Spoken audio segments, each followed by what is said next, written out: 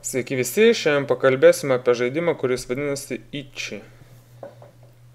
Žaidimas labai man patinka, todėl kad reikia pagalvoti.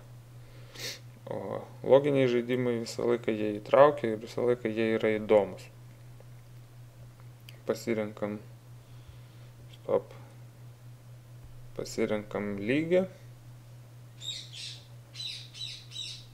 Įvertinimai A.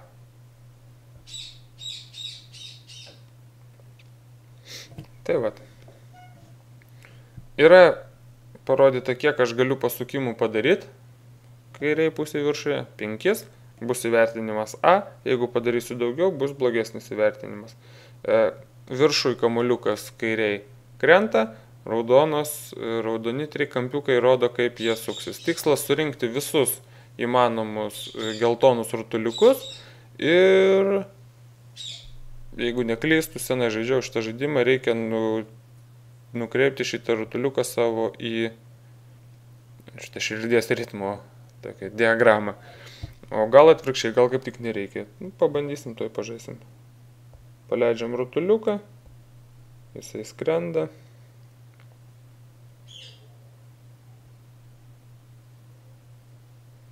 Ne, turbūt jau kažkokią klaidą padariau.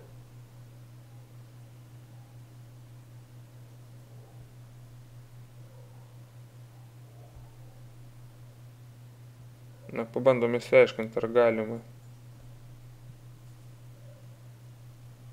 Ne, nereikia, reiškia, nereikia nukreipti į šitą širdies ritmo diagramos skylutę.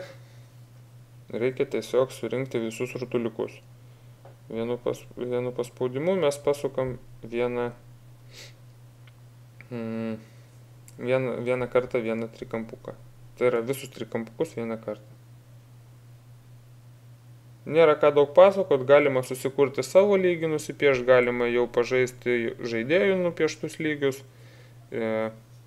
Žaidimas yra, kaip ir minėjau, loginis, atimantis nemažai laiko ir nuo pačių pirmų lygių jau prasideda loginis mąstymas, todėl tinginiauti nesigaus. Žaidimas vadinasi Ichi.